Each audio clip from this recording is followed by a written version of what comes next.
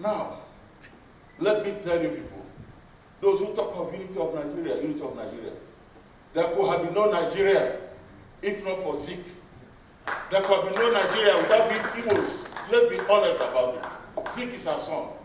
If in 1957, Zik didn't stand up to say, no, we must go together with the North, today there will be no Nigeria. Because what we have done, so anybody talking of unity, Igbos have made it possible for Nigeria to be one. Now, we fought a war. There was a coup by the soldiers. Igbo leaders didn't know anything about it.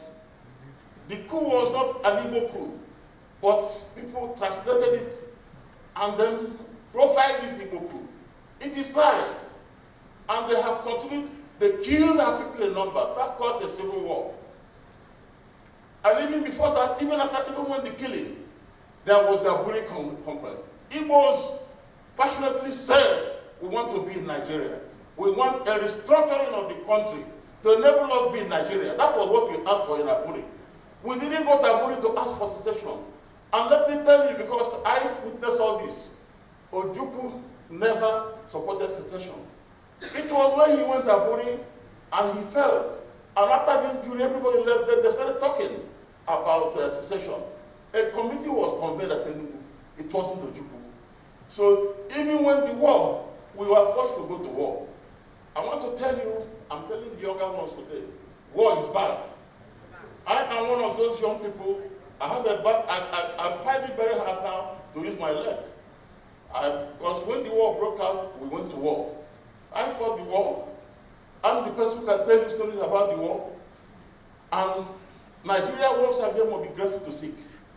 Without Zik, that war couldn't have ended. When the war was declared, Nigeria said it's a military action for 1 year. No! When a war starts, it's not easy to stop. Even when they started negotiating, I'm telling you, I was one of the young officers who met at the Smedaze and said that we will not accept the negotiation until Effiong came and told us all the points and that Zik was involved. Then we agreed. We wanted to continue. We are grateful to go on. Anybody who tells you Biafra was defeated, Biafra was not defeated. The war, the end of the war was a negotiated war, and that was why we all agreed, no victor, no vanquish. But I hear with sadness, and most of my colleagues who died cannot be happy to hear we were defeated, because Igbo youth cannot be happy to say they were defeated. But the warning is that every war must end in negotiation. There is no need for war. We shouldn't fight for war. And I want to caution too. So if actually, then how did the war end? It was Zik, and then we are grateful, we are happy to have Gowon was a president who was reasonable. He came and then knew that there was need to secession, and when Zik wanted, Gowon considered all those things. I'm sitting by a first lady of Liberia. When the history is done, Liberia played a part in ending the war because Zik has a friend, Tubman. Zik and his friend Tubman met with Gowon, and that's why the war eventually ended. So every time Nigeria was to be torn apart, Zik came in. During the independence, 1957, he was there. Reconciliation, he was there. Here is a great man. Nigeria has honored him already, but he deserves more honor. He deserves more honor. Finally, to Nigerians who are talking of secession, let me tell you, it's not a proper thing.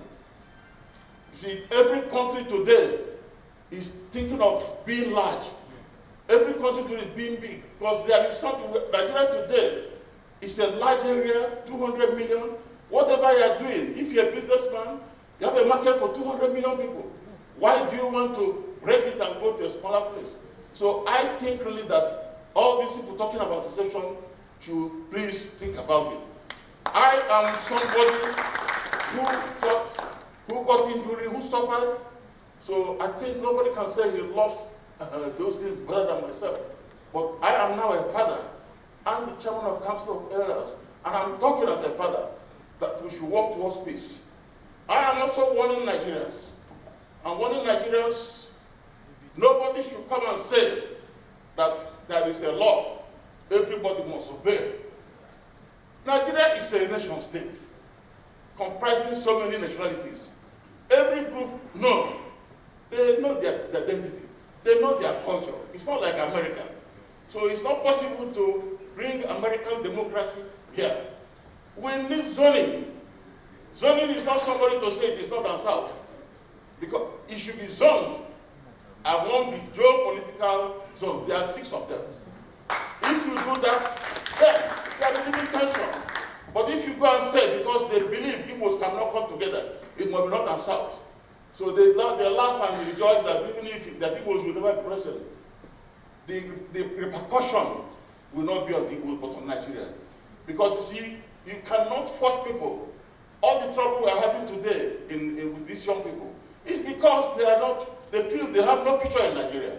A leader must be fair, must be just, must to everybody, so that the younger people will know that they can participate. I have listened to people, somebody says that people will not vote for somebody because it's an Igbo man.